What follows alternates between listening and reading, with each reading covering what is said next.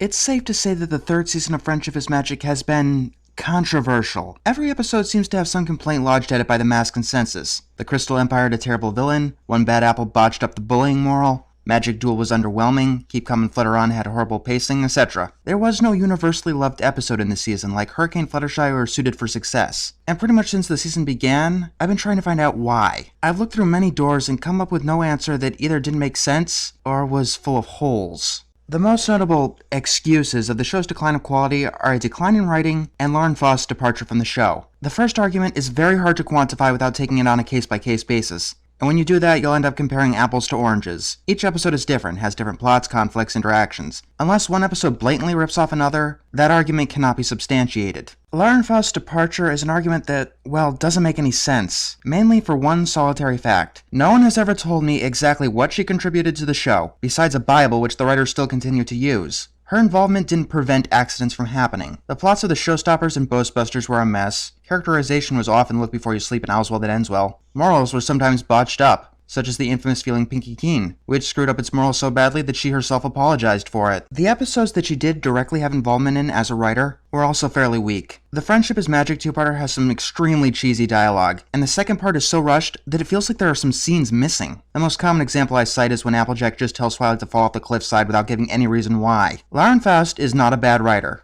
Most of the time. She was a writer for the Powerpuff Girls movie, and she wrote some of the better episodes of Foster's Home for Imaginary Friends, such as Store Wars, Goodbye to Blue, and Seeing Red. But she wasn't infallible either, writing both Everyone Knows It's Bendy and Partying is Such Sweet Soiree, a couple of the more infuriating episodes of that show. What I'm saying is this. If you think that Lauren made Friendship is Magic great, then please tell me why, instead of just saying that she's great and blaming Megan McCarthy for the show's decline. And that brings us to Megan McCarthy, the next most common argument for the decline of Friendship is Magic. People who didn't like the third season are usually quick to blame her. In, let's say, less than friendly tones, I think we all know of some notable examples. Megan McCarthy is a very good writer, namely on episodes such as Party of One, Dragon Shy, Lesson Zero, and the almost universally loved A Canterlot Wedding. I mean, if there were any writer to pick to take over the show, she would seem like a prime candidate. She introduced the CMC in Call of the Cutie, and proved how likable Rarity could be in Sweet and Elite. Obviously, writing ability does not equal showrunning ability. Here's the thing, though. Megan McCarthy has had experience as a showrunner before. She was the head writer of Class of 3000, which was an alright show. It didn't exactly hit anything out of the park, but I do remember it fondly. The question I need to pose is this. What did Lauren bring that McCarthy did not?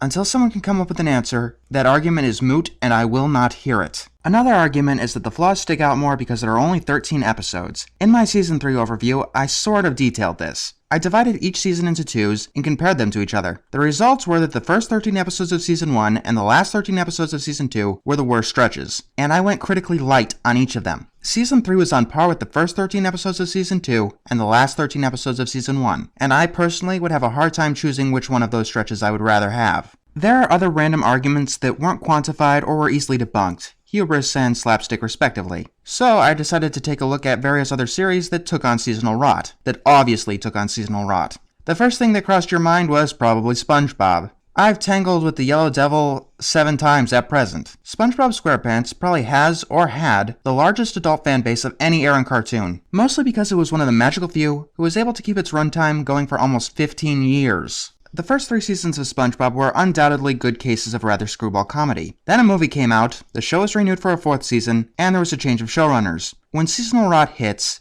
it hits hard. We've had SpongeBob episodes where one character gets their toenail ripped off in gory detail, and another one where we're treated to 11 minutes of a grotesque, pussy Splinter. Previously child characters are flanderized to the point of playing with baby toys. Characters and animals are abused for comedy, while others stay oblivious. For more comedy. This may be why I've had more tolerance towards Friendship is Magic's decline in quality. I may be biased, I realize that. Either that or I'm able to keep my head and not call something the worst possible thing when I know that it's undeniably not. I'm not going to call bronies lucky that they're spoiled compared to the schlock that SpongeBob has spewed. After all, being lit on fire isn't exactly what I'd call better than being thrown in a volcano. It's just that this might give us information as to how seasonal rot takes hold. I highly doubt that it'll ever get that bad. You have to try to get that bad. For the sake of argument, I'm going to consider Spike at Your Service as an outlier. Most of us agree that that one is pretty bad, and it's bad enough to skew the scale. To be fair, I'll also drop the most infamous episodes from Season 1 and 2, Pinky Keen and Mare-to-Well respectively. To start, was there any body horror or gross-out humor in Season 3 of Friendship is Magic? The most disgusting episode of Friendship is Magic, in my opinion, is A Bird in the Hoof, where we're treated to a dying bird for 22 minutes. The only other usage of gross-out humor in the entire show seemed to be in Baby Cakes, with Pinky forced to change dirty diapers. Season 3 had no episodes that used any instances of gross-out humor. The closest thing was Rarity eating a burnt pie and Spike at your service. Next is flanderization, taking one trait of a character and multiplying it tenfold. This was actually a criticism lobbied against Season 2 a lot. Sometimes it was justified, such as Rarity's behavior in Dragon Quest. Other times, such as Twilight's behavior in Lesson 0, it was more of an episode that decided to focus on the character's flaws, which was more or less Season 2's primary objective. It's an easy mistake for anyone to make. Here is a simple test to determine whether or not a character is flanderized. Ask, can I sum this character up in 1 or 2 sentences? This obviously doesn't work for minor characters, and this does not apply to out-of-character behaviors. We're not going to do this as an episode-by-episode basis, but as the season overall. Does this argument apply to any of the characters of the Season 3 episodes? Let's find out! Twilight is a bookish unicorn. She's a bit neurotic at times. Nothing is more valuable to her than her friends. Her biggest fear is letting Princess Celestia down. Twilight's safe. Spike is Twilight's #1 assistant. He's young, so he's frequently naive. He's actually really sensitive. He frequently keeps Twilight's neuroses in check. Spike is safe. Applejack is stubborn. She finds value in her family. She keeps her senses and sensibilities firmly on the ground. Even Applejack is safe. Rarity is a fashion designer. She can get melodramatic. She has an appreciation for the finer things in life. The other characters seem to have the most criticism lodged at them. Rainbow Dash is brash and bold. Her dream is to be in the Wonderbolts. She is willing to sacrifice her dream to do what is right. Fluttershy is incredibly timid. She is very protective of her animal friends. She has a crazy side and a possible personality disorder. Pinkie Pie is zany and fun-loving. Her friends mean more to her than anything else. She sometimes misses social cues. According to this simple test, none of the characters are flanderized to an unacceptable degree. They all apply to the Season 3 characters, and some of these only apply to the Season 3 characters. Another thing you could do is compare each of the characters to their appearances in the pilot. Character abuse for comedy, known as Kefka comedy, is the final sign we get from Spongebob. If you're going with sheer slapstick, which isn't exactly this trope, then Season 3 took a step down from Season 2. If anything, Season 2 has more of Kefka comedy, with episodes like May the Best Pet Win, where Rainbow is tormenting Tank, and Putting Her Hoof Down, where everyone is tormenting Fluttershy and vice versa. From SpongeBob's signs of seasonal rot, it seems like Season 2, my favorite season, has more signs of seasonal rot than Season 3. No help here. Next stop, The Simpsons. Season 11 is cited by many as the worst. At the very least, it doesn't have too many supporters. A lot of it had to do with episodes that changed the show's dynamic. This is the season that killed off Maud Flanders, a secondary character. This is the season that had Barney stop drinking, his defining character trait.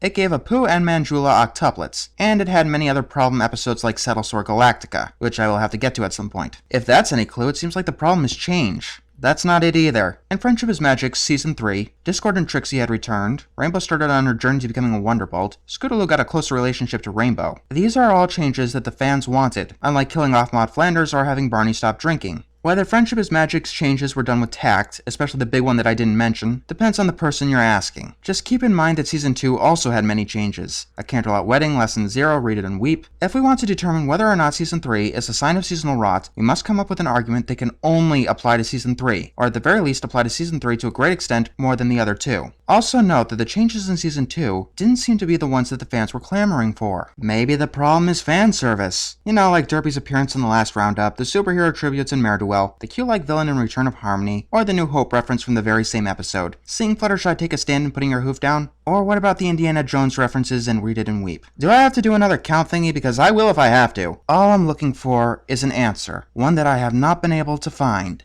Believe me, I've looked at all of the harshest critics of Season 3 as a whole. Unfortunately, the reasons I found ended up being selective. It's okay when Seasons 1 or 2 do it, but not Season 3. Nitpicky, misinformed, or just plain wrong. Hype backlash isn't a reason I particularly subscribe to either. That goes away after repeated viewings, and after the opening two-parter, it probably would have worn off. I'm not blind, stupid, or being reversively selective. I'm fully aware that there are duds in Season 3. They depend on who you ask. I have personally failed to keep Calm and Flutter On, One Bad Apple, and Spike at Your Service. To me, those are the bad episodes of Season 3. Someone else might like one of those three, and yet hate just for sidekicks. Just remember that you can hate whichever episodes you want, not just from Season 3. There are plenty of reasons to fail any episode from the show. Someone, somewhere, can find a flaw in any episode because no work, pony or not, is ever perfect, and if you hit anything hard enough with a hammer, it's going to break. I'm asking for help. What am I not seeing about Season 3 of Friendship is Magic that so many others have seemed to find?